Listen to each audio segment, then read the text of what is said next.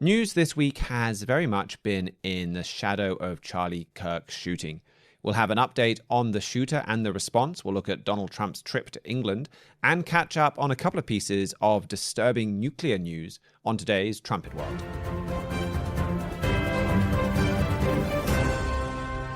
The identity of Charlie Kirk's shooter was revealed just as we were going on air last week.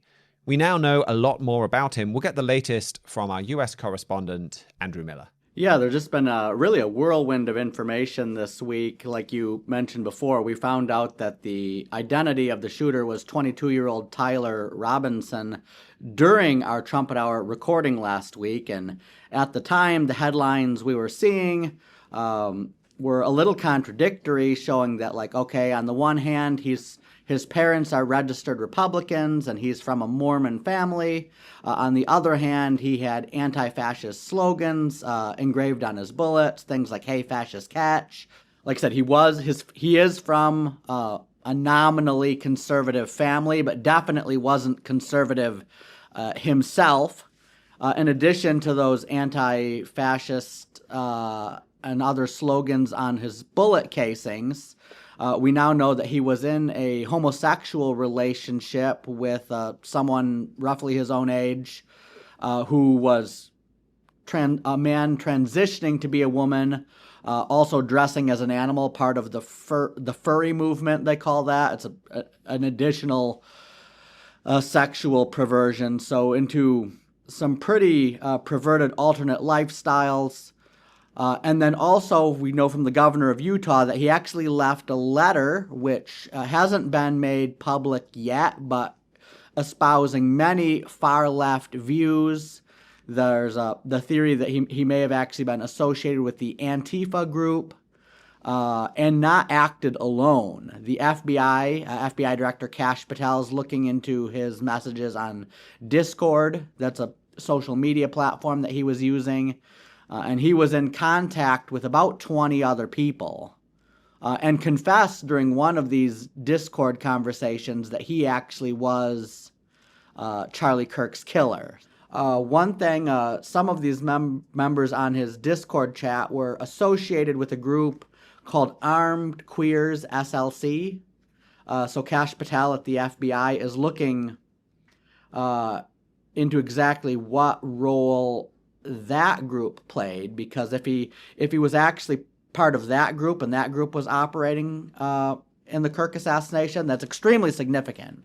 The Armed Queers SLC, they took their website down immediately after the assassination, so it looks like they've got something they were trying to hide. One of the interesting things is, and some news sources like the New York Post are really highlighting this, is the Armed Queers SLC is partially funded and connected with the Party of Socialism and Liberation.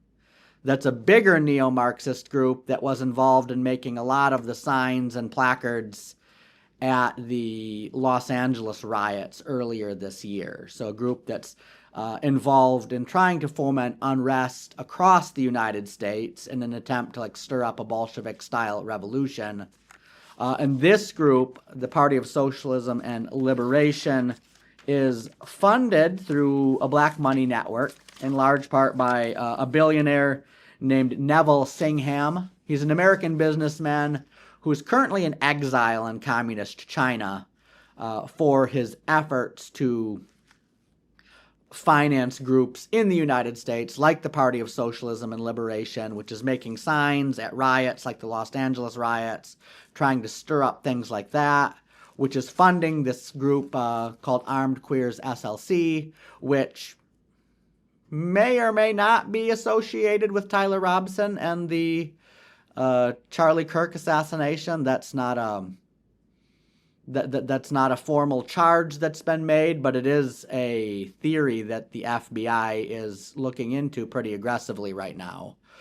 Just kind of putting this in context, in that this was a political assassination by a radical leftist influenced by Antifa ideology who was trying to silence Charlie Kirk for convincing college students that Christianity and conservatism actually had something to offer.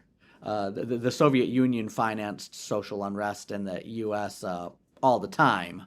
And it does seem like the Chinese Communist Party has at least picked up that mantle somewhat and is working through people like Neville Singham. So that's one of the big developments we've had on the Charlie Kirk story this last week. The other one seems to be that we are now seeing more division over the aftermath of the shooting. Like for the few days afterwards, maybe even for the weekend afterwards, America seemed pretty solidly united, or those that were criticizing Charlie Kirk were kind of in the minority.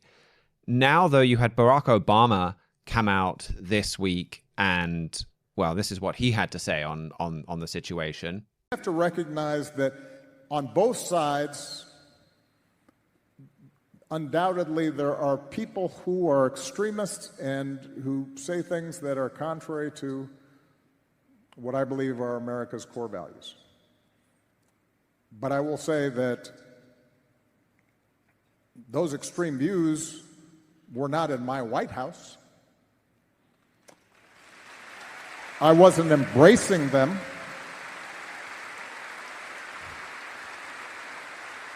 I wasn't empowering them. I wasn't putting the weight of the United States government behind extremist views. And that is when we have the weight of the United States government behind extremist views, we've got a problem. So in that clip, he's kind of implying, well, President Trump and his administration, okay, the shooter might not have been right-wing, but the Trump administration is somehow to blame for this, for their divisive, violent rhetoric, which, and the hypocrisy of the left in general, but Barack Obama in particular, like that he could get up there and say, well, we never allowed any divisive or extreme rhetoric while I was in the White House. Like, you know, he stirred up the situation of race massively. Anytime that there was any racial element to any shooting, a black person being shot by a white man, he really played that up. He did so much to divide the country, yet he'll come out and I mean, so much of the climate is there because of him, and yet he's there now trying to put the blame on Donald Trump. And now we've also starting to see a bit of a pushback from the left on this cancel culture, as they're calling it. So you had some people say some pretty horrible things in the aftermath of the Charlie Kirk shooting. I think you shared an article with me earlier in the week that talked about, okay, America's had political assassinations and assassination attempts before. Okay, in some ways, this isn't new. What is new is the fact that people are out there celebrating instead of being horrified.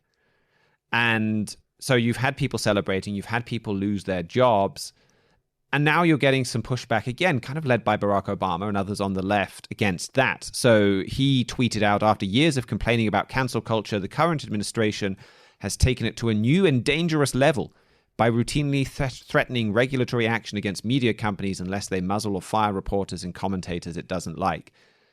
So we're getting some pushback now, and we're getting the left, I guess, trying to blame Donald Trump, and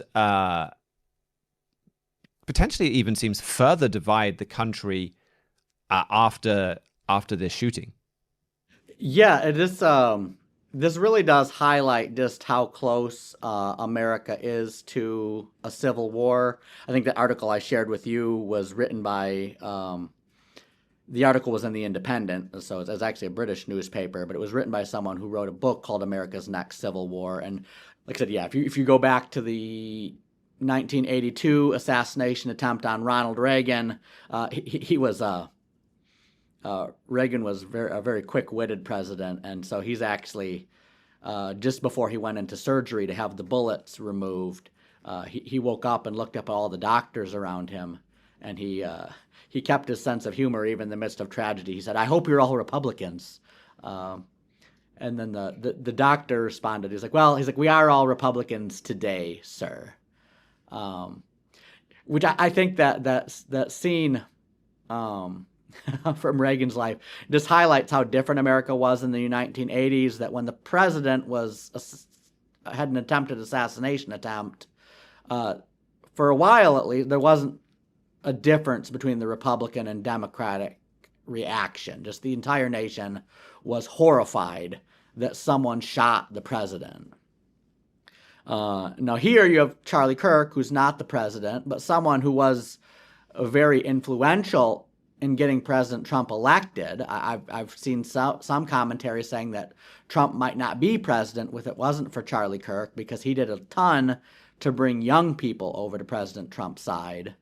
And like the day of the shooting, it seemed like there was kind of an outcry, a unified outcry at how horrible this political violence was. But it's been less than 2 weeks, and we're already getting people in the Democratic Party, even pretty high up as Barack Obama, who are saying that, like, well, yes, political violence is bad, but Charlie Kirk kind of had it coming because of what he was saying. And what he was saying is something that, like, was stuff that was mainstream when your grandparents were alive. So his views are not extreme. And so it's there is kind of like a four-dimensional chess almost going on here. It's like I said, where these assassination attempts are happening because you have Barack Obama and the mainstream media just repeating over and over and over and over and over again what a racist, white nationalist, fascist Charlie Kirk was for saying things that were normal in 2005. And then when you and now when the assassination happens, you condemn that, but you still keep repeating the talking points, the untrue talking points that got him assassinated in the first place. When you get to that point where you've actually got people happy that someone from the other side was killed, you're on the cusp of civil war, because we were at that point in the 1850s before the first Civil War broke out. So the division today is way worse than it was in the 1980s, like approaching like 1850s level, and just showing how close America can be to a civil war, which is really prophetically significant, because we've pointed out many times. Well, actually, an article we can put in the show notes. It was after Donald Trump was elected the first time in 2016. Our editor-in-chief, Mr. Gerald Fleury, actually wrote an article titled America's Coming Civil War, where he was highlighting some of the comments that Van Jones and others made about the Trump election, and how the division was pointing to another civil war in America. And there's prophecies in Isaiah 1:7 about your cities being burned with fire, and Isaiah 3:5-8, and then Ezekiel 5:12 about even like a third of the population, that's 100 million people in the United States, dying in pestilence and rioting. So some sobering Bible prophecies about civil war, that the societal divisions weren't bad enough for something like that to happen in the 1980s and the 1990s, and we started seeing more of it in the Bush-Gore election, but definitely not as bad as it is today. So some sobering and important prophecies, and I want to get into a bit of good news related to some of that in just a moment as I talk about some UK news. Did you have any other bits of news to bring us, though, from the US and the English-speaking world? Yeah, I think two other stories in addition to the UK news that you're going to highlight momentarily. One highlighting more social division in America, related but not exactly part of the Charlie Kirk story, is something we wrote up in other news in one of our morning briefs this week about Dearborn, Michigan, which actually has, it's a Muslim majority city. I think it's got the biggest Muslim population in the United States. They recently named 2 street intersections after an Arab journalist who's really praised both Hamas and Hezbollah. And then one of the Dearborn residents, who is a Christian, Hezbollah, bombed the embassy in Beirut, and including many Americans. So I just feel it's quite inappropriate. You are an Islamophobe, and although you live here, I want you to know, as mayor, you are not welcome here. And the day you move out of the city will be the day that I launch a parade celebrating the fact that you moved out of the city. So another story that comes in the similar spirit to people celebrating Kirk's murder, where it's now you've got Christians in the United States who just say that we shouldn't have street signs glorifying Hezbollah terrorists who are being ostracized in their own city in the American heartland for saying something that is really just common sense.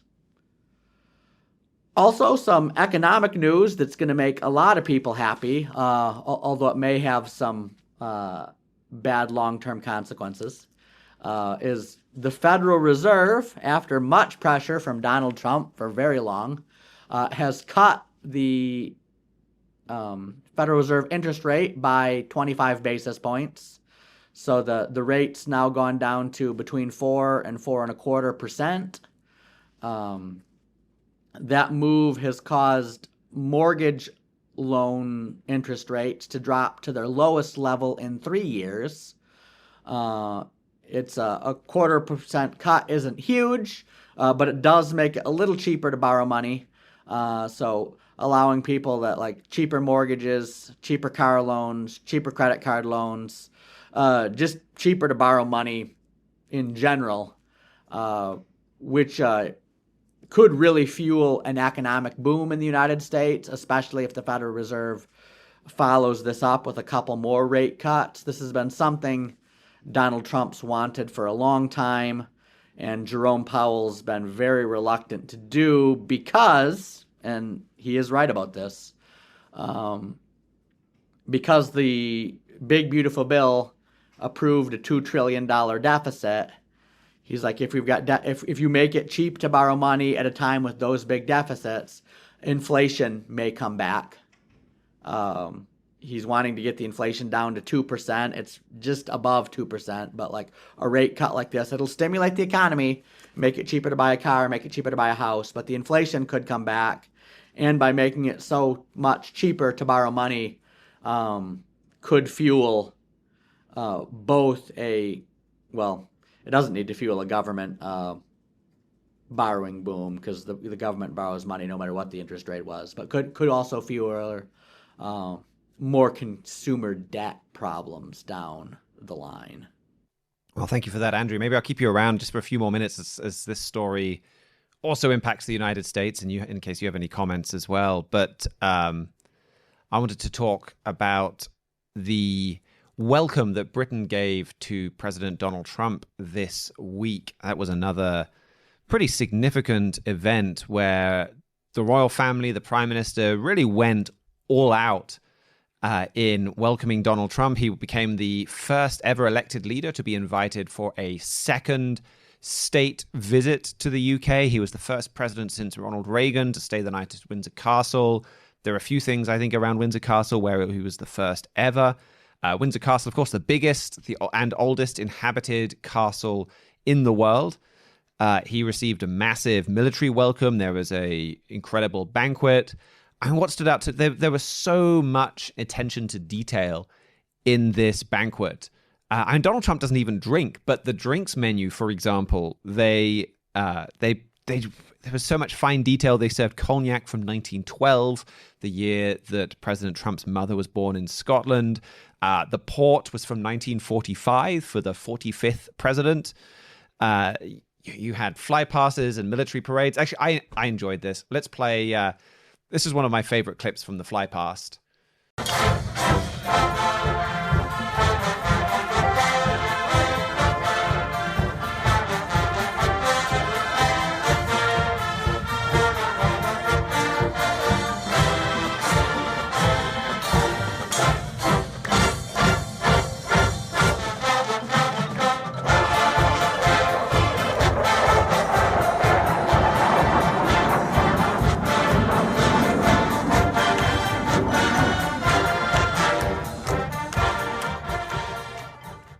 So really, quite a spectacle. I mean, before I talk about it a little more, Andrew, what was there much of a view on that from the US? Did it even cut through the news? I think, understandably, people's minds were still on Charlie Kirk and things like that. What was the view from America of the visit? I haven't seen much news coverage on it in the United States, actually, just because I think that the Charlie Kirk thing overshadowed it. Few comments on Twitter, actually. I think because they, like you said, they went really out of their way to make this very special for Donald Trump with the orchestra playing the YMCA song he likes. Also, I heard the orchestra playing like the American national anthem. I'd seen a couple comments just kind of justifiably mulling over just how far the United States and Britain have come, that you've gone from like your anthem is actually written about a pretty vicious war you had with Britain, and now you've got the King of England actually having his orchestra play that in a way to honor his alliance, his special relationship with the United States president. That's something that I think Winston Churchill coined that term, special relationship. So at least since World War II, America and Britain have been very close allies. I've seen some people just commenting at that, like, wow, it's just amazing how how much the relationship between those two nations has changed in the last 200 years. Yeah, that's true. And this is something Donald Trump brought up himself. I thought he was a very gracious host. This was the toast. This is a bit from the toast that he made at dinner. I really enjoyed this speech, and well, I think you'll be able to see why. A fifth of all of humanity speaks, writes, thinks, and prays in the language born on these isles and perfected in the pages of Shakespeare and Dickens and Tolkien, Lewis, Orwell, and Kipling. Incredible people, unbelievable people like we have rarely seen before, probably won't see again. The lion-hearted people of this kingdom defeated Napoleon, unleashed the Industrial Revolution, destroyed slavery, and defended civilization in the darkest days of fascism and communism. The British gave the world the Magna Carta, the modern parliament, and Francis Bacon's scientific method. They gave us the works of Locke, Hobbes, Smith, and Burke, Newton, and Blackstone. The legal, intellectual, cultural, and political traditions of this kingdom have been among the highest achievements of mankind. There's really never been anything like it. The British Empire laid the foundations of law, liberty, free speech, and individual rights virtually everywhere the Union Jack has ever flown, including a place called America. You know that place very well, don't you? His Majesty spoke eloquently about the bond which inspired Sir Winston Churchill, and the bust is in the Oval Office right now, the beautiful bust of Winston Churchill, to coin the phrase special relationship. But seen from American eyes, the word special does not begin to do it justice. We're joined by history and fate, and by love and language, and by transcendent ties of culture, tradition, ancestry, and destiny. We're like two notes in one chord, or two verses of the same poem, each beautiful on its own, but really meant to be played together. The bond of kinship and identity between America and the United Kingdom is priceless and eternal. It's irreplaceable and unbreakable, and we are, as a country, as you know, doing unbelievably well. We had a very sick country 1 year ago, and today, I believe we're the hottest country anywhere in the world. In fact, nobody's even questioning it, but we owe so much of that to you and the footing that you gave us when we started. Together, we've done more good for humanity than any two countries in all of history. Together, we must defend the exceptional heritage that makes us who we are, and we must continue to stand for the values and the people of the English-speaking world, and we do indeed stand for that. But one of the things I really like from that speech is, we started the show talking about the darkness and suffering that is coming because of division within the United States. And here, though, is a speech all about the benefits to the world that comes from a unity between two nations and a unified relationship between two nations. And just the wonderful good that it did for the world. Now, this isn't a call from me. Like, unity at any price is not a good thing. I'm not going to say up here, well, America needs to just come together with the radical left. This is good unifying with evil doesn't lead to good outcomes. This is not about shaking hands with enemies and sitting down and singing Kumbaya. But when there's a unity based on God, based on God's law, based on what God is doing in the world, there can be a lot of good. There always will be a lot of good that comes from that. And I think Mr. Trump's speech, where he points to the history of Britain and America, is so refreshing because he's giving this in an environment where this has been denigrated. I mean, Barack Obama sends home the Churchill bust, and he's always talking about America's history as being evil, and his whole movement is behind the 1619 Project, and, America's founded by slavery. The whole narrative is Britain and America were only great because they stole everything from everybody else. And Donald Trump rightly points out, no, Britain ended slavery. I mean, Britain led an incredible effort to shut down the slave trade. And there's thinking and philosophy from these countries that have benefited the entire world. I mean, that true picture is just refreshing. And you can take it one step further, that the good from this relationship is a good that comes from God and the Bible.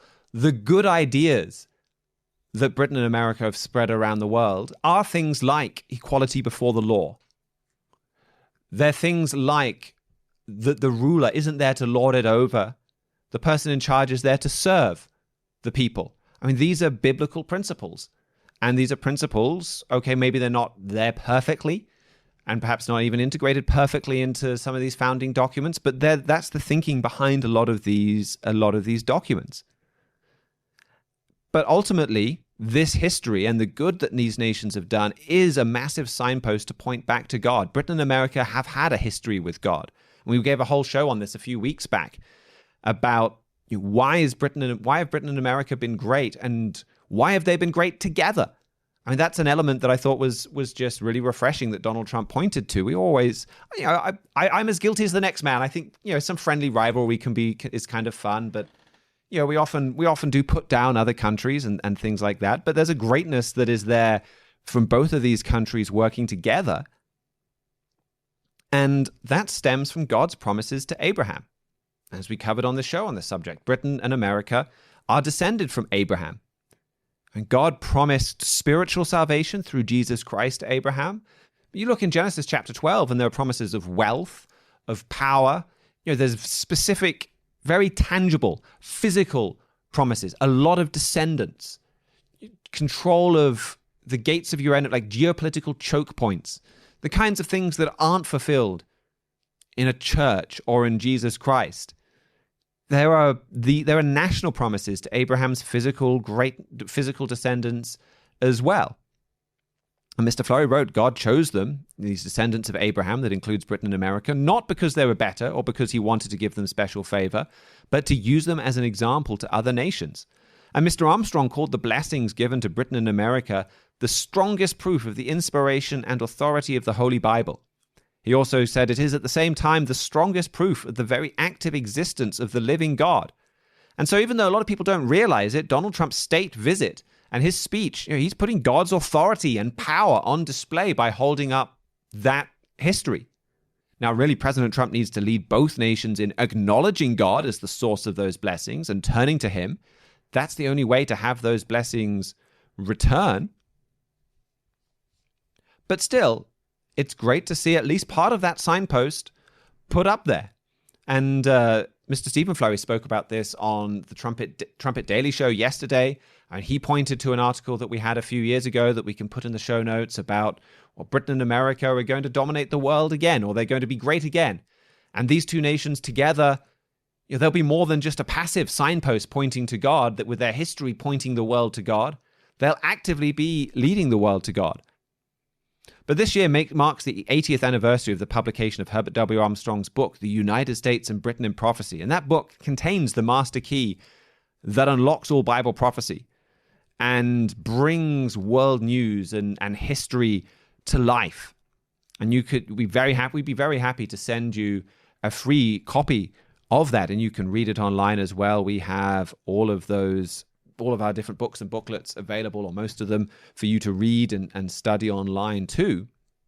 But we see the danger of division, and America heading in the direction of a civil war that, the Bible talks about killing amounts of people that's just hard to get our minds around. I think intellectually we can know a civil war will be very destructive, but the numbers in the Bible that the Bible prophecy warns about are just incredible.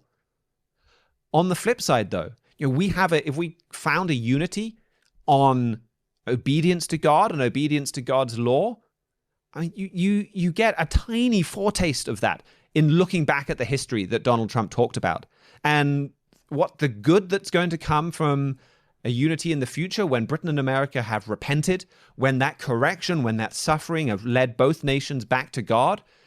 It's going to make the good that's been done in the past seem incredibly puny by comparison. And also, it's not just going to be a unity between Britain and America. Isaiah talks about Assyria and Egypt being unified with Israel, working together with Israel.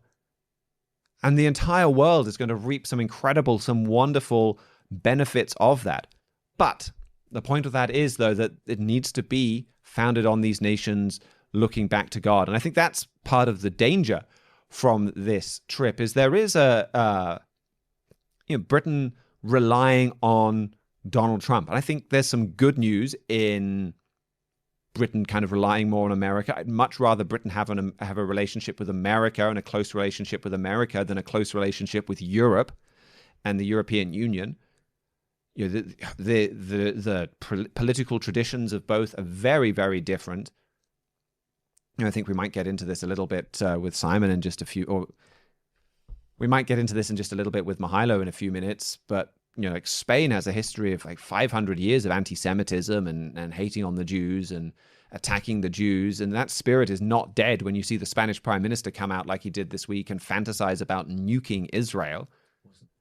But Europe's heritage isn't free speech. We see even today their attitude to free speech massively different to the traditional attitude in Britain and America. Their attitude to freedom in general, to authority, it's a very different background. So in some ways, I think it's great to see these countries drawing together, and it does kind of revive memories of some of that glorious history. I did like somebody in the Telegraph wrote, by the way, can we do a swap?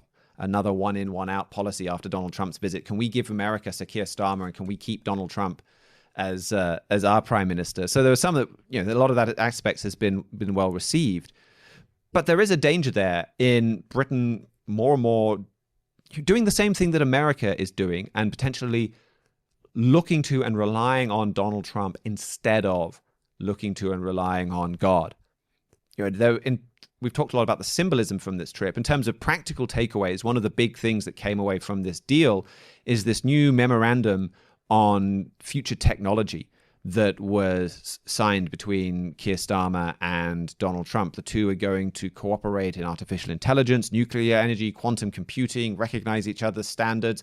It does sound a bit pie in the sky, but actually there's a lot of substance there, particularly in the recognizing each other's standards. So Eurointelligence wrote, with this deal, the EU is repositioning itself firmly on the American regulatory side on all the important technologies of the 21st century and away from the EU. This is the area of regulation that matters the most for future economic prosperity. Telegraph's Ambrose Evans-Pritchard, he wrote that it comes close to killing off the rejoiner dream, this effort to undo Brexit, once and for all. And European regulation, it gets in the way of a lot of what American tech companies are doing. I mean, it's a relatively minor example, but Apple recently unveiled new software that will instantaneously translate foreign languages. And they've got their particular brand of AirPods that can translate an in-person conversation in real time. You can sit down with someone, they'll talk to you in one language, and you'll automatically hear from your earpiece the translation. But not in the EU, because European regulation makes it much harder for Apple to do it there. Like I said, I think it's a pretty minor example, but there's hundreds of these that get in the way of the US doing business in Europe. And this new deal with mutual recognition of regulatory standards, Britain is siding with America and going down America's path in very tangible ways with all of this future technology. And you go back to what Mr. Fleury, some of the very first articles he was writing about Donald Trump, and about Donald Trump fulfilling this type of a biblical King Jeroboam that was used to, he was used to stop the name of Israel being blotted out in Israel, stop Israel being conquered, but then failed to point the nation to God.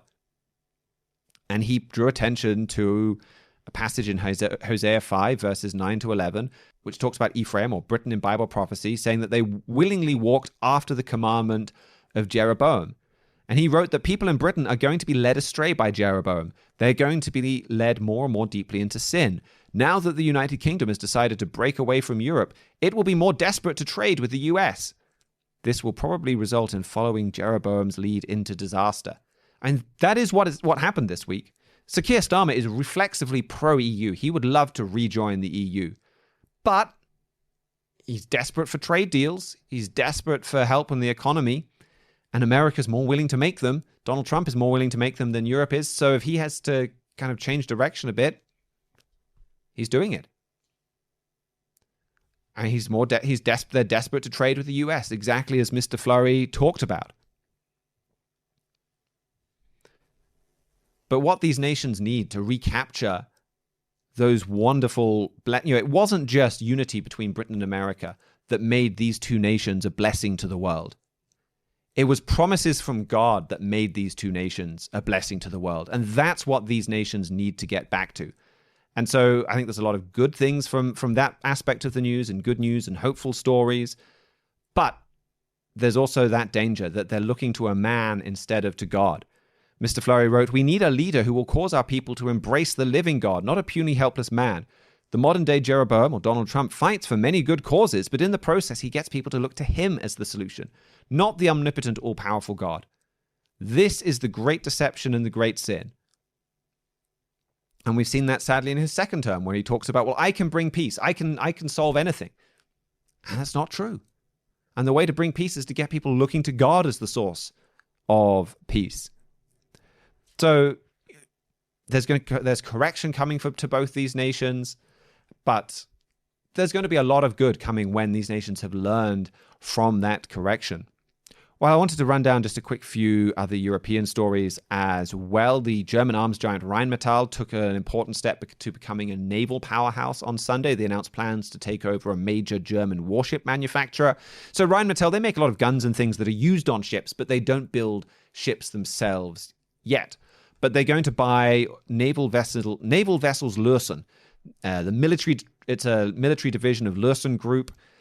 It's meant to be worth 1.52 billion euros, 1.6 billion US dollars, something like that.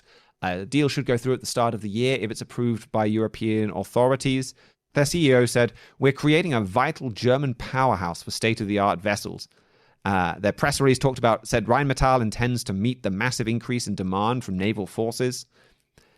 The history of naval vessels Lürsen is interesting. They started making rowing boats in 1875. They partnered with Gottlieb Daimler to build the world's first power boat. By World War I, they were making patrol boats, faster track craft, and making warships for the Nazis in the 1930s. They also... The group Naval Vessels Lürsen, they now include Blohm & Voss, which is the shipyard that made the Bismarck, probably Germany's most famous World War II battleship, along with a whole lot of U-boats. Their shipyards have built over 1,000 ships for 50 navies and coast guards. And this is going to give Germany another major naval champion alongside ThyssenKrupp Marine Systems, which is due to be spun off from its parent company later this year. So we're seeing more... This is a German company buying another German company, but it is still a step towards Germany creating some of the massive defense giants, like you see in the United States. And this, of course, was on the front cover of our latest Trumpet print edition, where Mr. Fleury wrote, "Germany's great industrial power is being rapidly transformed for military purposes. Germany is already Europe's largest military spender, but it is only at the beginning of a frightening military transformation." We also saw a couple of stories about the Alternative for Deutschland, this far-right party within Germany this week. You had local elections in Nord Rhine-Westphalia. This was closely watched as one of the first local elections for Friedrich Merz, a big test for his power. He, I think, breathed a bit of a sigh of relief. They lost a little support, but his party still came in first place. So they weren't too disappointed with that. They won about a third of the vote. But the big news is that the AFD roughly tripled their vote. They went from 5% in 2020 to 15% or 14.5% in this election. Now, that's a fair bit lower than their polling locally, but this is still a very big deal for them because the AFD traditionally, or over the last 10 years or so, has done really well in Eastern Germany and then kind of struggled a bit in the West.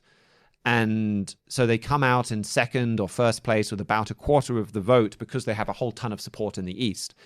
This rise of support in the more populous, more wealthy West, and the fact that they could triple their vote in the West, I mean, that starts to show again that they're building power as a national party in Germany.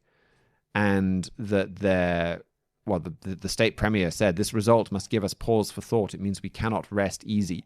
They're a growing power within Germany.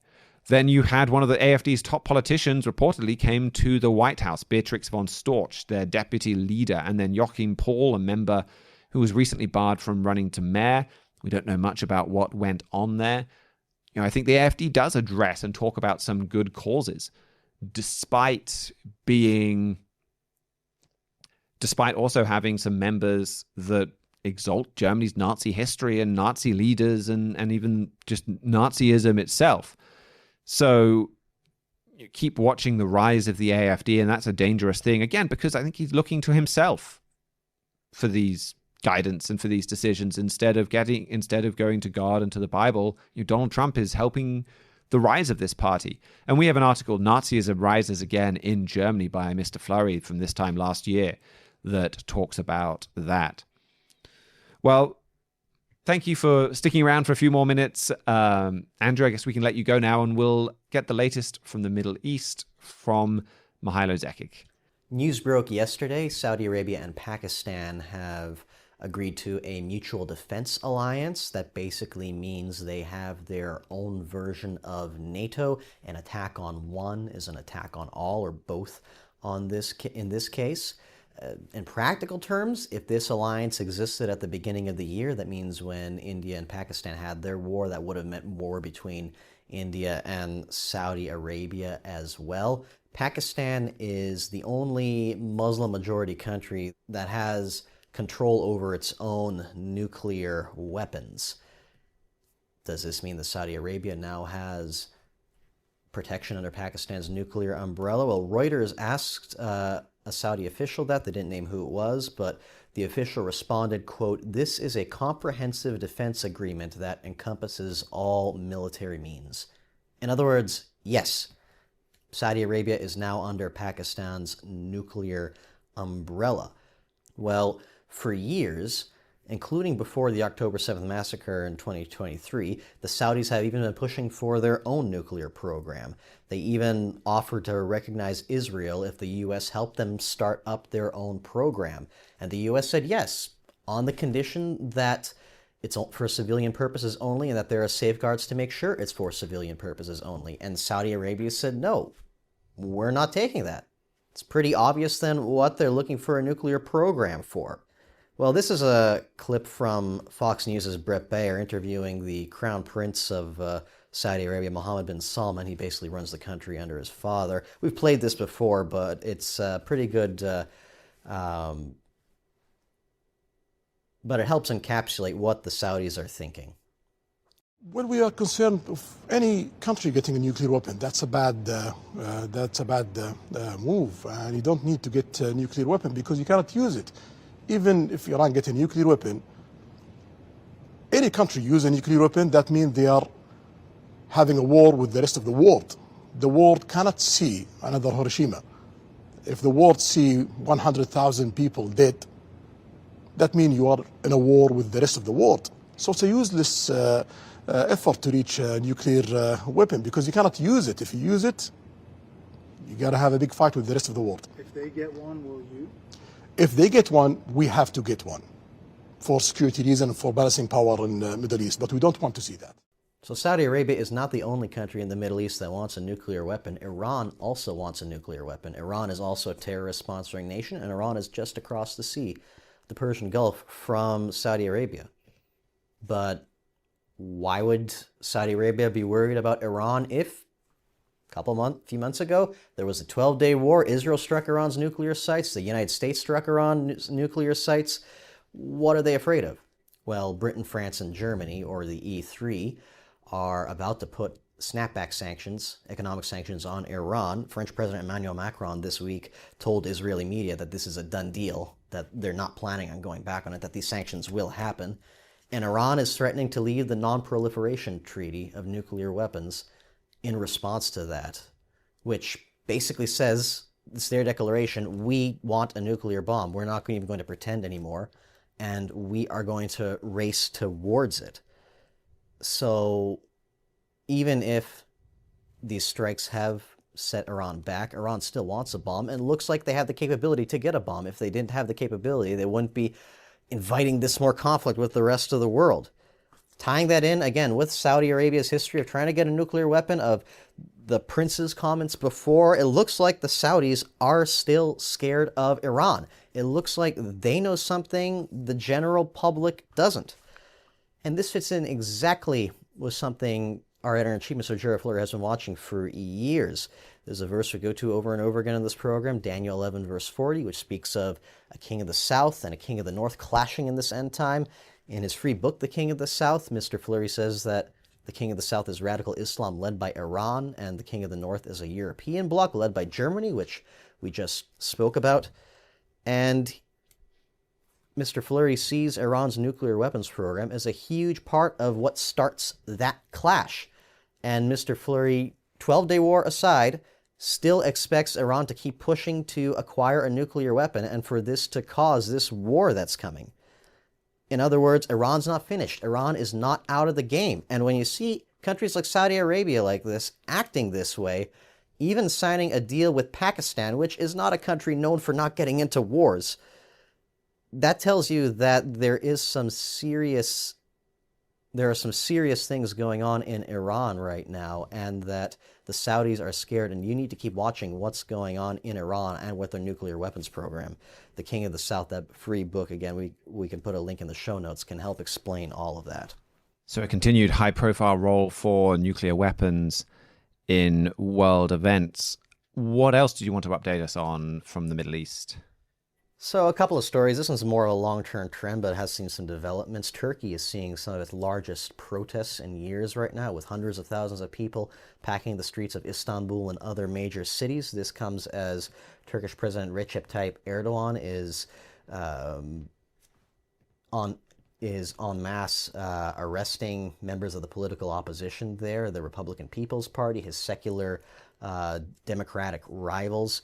Just this week, one of the district mayors of Istanbul was arrested on corruption charges. The head mayor of Istanbul has been arrested for a while now, and if memory serves me right, I don't have the stats in front of me, but well over 100 mayors of this Democratic Party in all parts of Turkey have been arrested again on these similar corruption charges. The parties had their congresses meddled with by the government. It very much looks like, even though elections in Turkey aren't for another few years, that President Erdogan is trying to neuter the political opposition as much as possible, and the people can see that, and they're trying to say something about it. Turkey is a very important country in Bible prophecy. It's identified by with the ancient people of Edom. We have two articles in our most recent trumpet print edition that discuss Edom and what Bible prophecy has to say about that. Where these protests factor in is unknown at this point, but it's still a major crisis rocking this very important, very geostrategic country, and so it's something to keep an eye on. And one other one, a bit of positive news. Fiji inaugurated, on the other side of Asia, the Asian sphere, I guess you could say, but Fiji inaugurated a new embassy in Jerusalem on Wednesday, making it one of the handful of countries that recognizes Jerusalem as Israel's capital. The Fijian Prime Minister, Sitveni Rabuka, he even went over to Israel for the inauguration, standing side by side with Prime Minister Benjamin Netanyahu. I mean, good for Fiji for A, for acknowledging reality, and B, standing with Israel in its really tough time of need when you see so many countries around the world trying to marginalize Israel. And again, another country recognizing Jerusalem as the capital. There is a sizable, not huge, but sizable Muslim population in Fiji, and guess what? The world's not ending. The Middle East isn't going up in flames, unlike what many people predicted when President Trump moved his embassy. And life, as normal as can be, is continuing forward. Thank you for that, Mihailo. Well, it's not just the Middle East that is gearing up for nuclear war. Our Asia news revolves around that as well. And to hear about it, we'll go to our Asia correspondent, Jeremiah Jacques. Yes, that's right. Russia rehearsed the launching of nuclear weapons in Belarus this week. This was on Tuesday during some war games that Russian forces were conducting with Belarusian forces. The war games are called Zapad 2025. And the nuclear part of these exercises mostly involves tactical weapons, which are smaller and generally short-range. But they also included some of Russia's Oreshnik hypersonic missiles in these exercises as well. The Oreshnik is an extremely lethal weapon. These are intermediate-range ballistic missiles. It can carry multiple independently targetable re-entry vehicles and can probably carry up to 6 nuclear warheads each. And then Belarus is, of course, in Europe. It's part of Eastern Europe, only a few hundred miles away from Berlin and much closer to other European capitals. So this sort of rehearsal to fire nuclear weapons, including the Oreshnik, is extremely alarming to European leaders and people. Military analyst Alexander Aleskin talked this week about just how worrisome this is. He said that from Europe's point of view, Russia has turned Belarus into a balcony looming over the West. So that's a sobering image there. And these nuclear war games, of course, they come just days after Russia launched a bunch of suicide drones into Poland's airspace, which we spoke about last week. And it comes as Russia is ramping up its air attacks on Ukraine's civilian centers. And we can be certain that all of this has Europe very much on edge. And of course, we can even see evidence of that in the headlines, with Europe's dramatic return to militarism, the expanding military budgets of European nations, the return of conscription for some of them as well, the decision by Germany to establish a permanent base in Lithuania. That's Germany's first permanent military base abroad since World War II. So an extremely significant development there. We also see it in Europe's moves towards producing its own weapons and defense systems instead of relying so much on the United States and other outside powers. So Europe is very much awake to the Russian threat. They are alarmed and they are reacting to that threat by actively preparing for war. And this is something that Trump editor-in-chief Gerald Fleury has been warning about for more than 20 years now, ever since Vladimir Putin's earliest moves toward authoritarianism. And one of his more recent articles about this is in our September 2023 issue of the Philadelphia Trumpet, and it focuses on just how rapidly this has been happening since Russia's war on Ukraine went full scale. This article is called "Russia's War on Ukraine is Reshaping Europe," and it's built around Bible prophecies about Europe soon rising up as another resurrection of the Holy Roman Empire, extremely violent and domineering. Daniel chapter 2 is one of the big ones that shows that, and it shows that this European empire will be made up of 10 nations or groups of nations. And I'll just read a part of this article. It says, "The Trumpet and our forerunner magazine, The Plain Truth, have been prophesying for around 80 years that Eastern Europe would become a crucial part of a new European superpower, a resurrection of the Holy Roman Empire that has risen up so many times in Europe. This prophecy is directly related to Russia's war on Ukraine. The terror that is gripping so many Europeans because of Russia's brutal invasion is going to cause 10 leaders in Europe to unite their nations or groups of nations dramatically, and in exact accordance with the Bible's prophecies about that European empire." And then just a little further down, he says, "Europe's fear of Putin's Russia next door will help shape and form the Holy Roman Empire rather suddenly, end quote.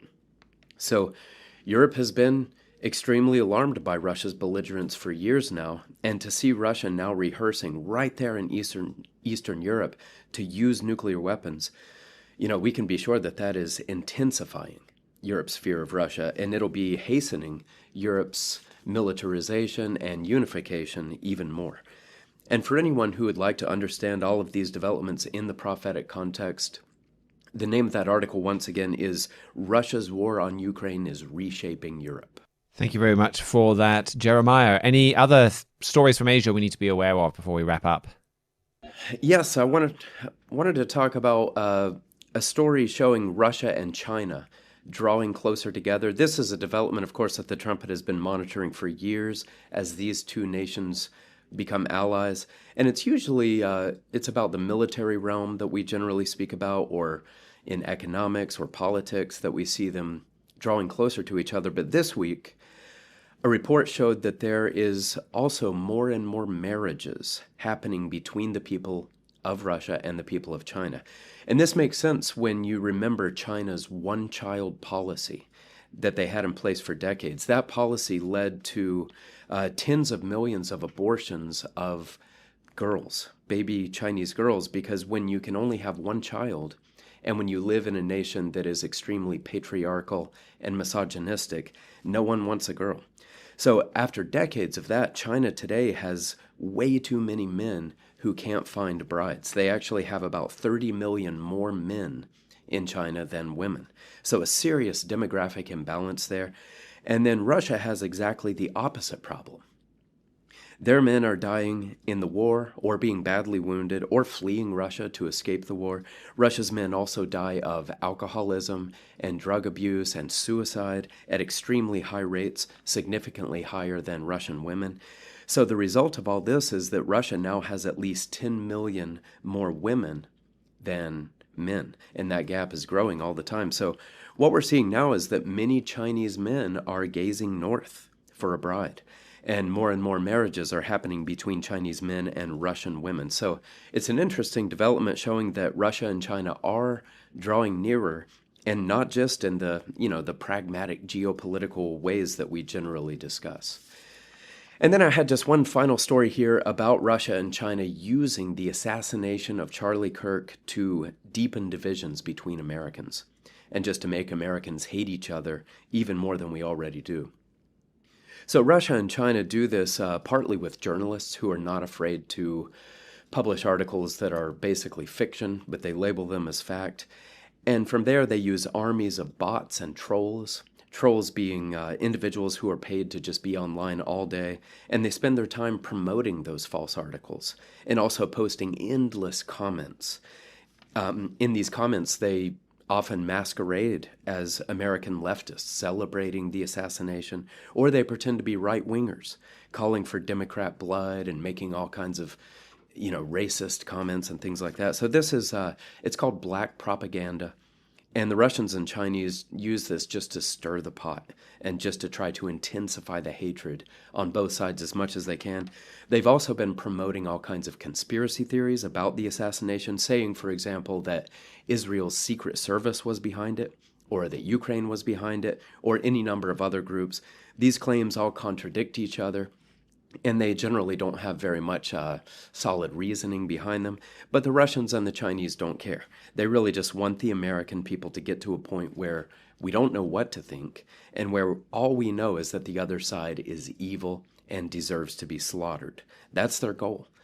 And we've seen video footage this week of some of these troll farms.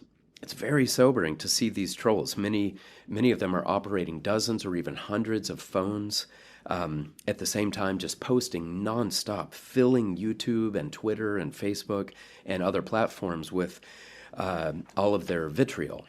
So to anyone listening right now who's frustrated with the online discourse, of course there are plenty of actual American radicals and plenty of real extremists out there, but it's very likely that many of the accounts that you're seeing that seem so hateful and so unhinged, it's very likely that many of those are not your fellow Americans.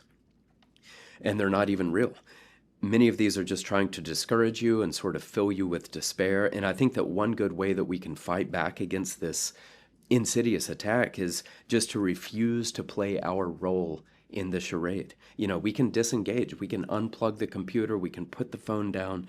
We can go for a walk, spend time with loved ones, read a good book.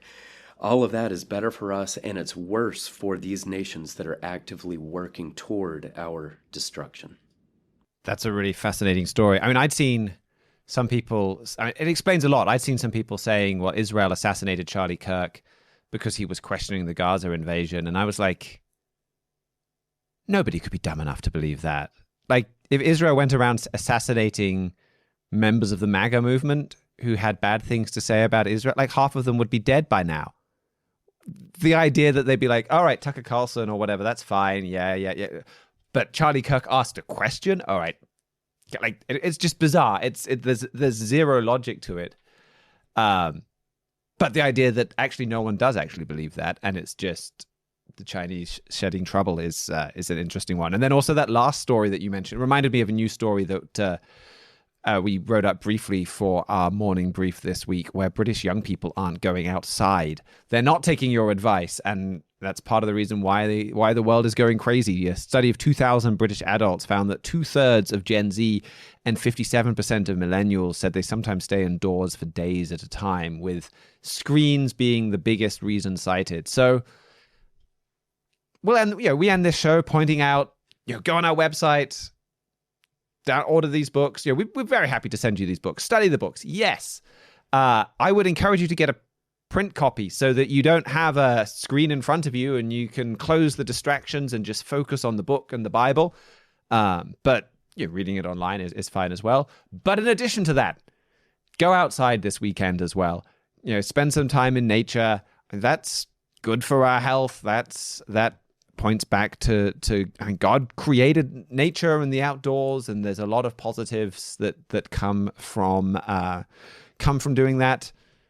I'm planning on wrapping the show up, heading home, having a Sabbath evening walk with my family. So, and we have a show as well about the Sabbath. We talked about that on Wednesday's show. Charlie Kirk kept the Sabbath. Should you? That was in the second half of the show. I think we'll publish that as a standalone as well. So thank you very much, Jeremiah, and all of our panelists. Thanks to George Haddad and Victor Grenedos for engineering and production. We will be back on our Wednesday show. Please do like, subscribe, leave us a comment. We'd be very happy to hear from you. You can shoot us an email, trumpetworld@thetrumpet.com. We'll be back on Wednesday. Until then, keep watching your world.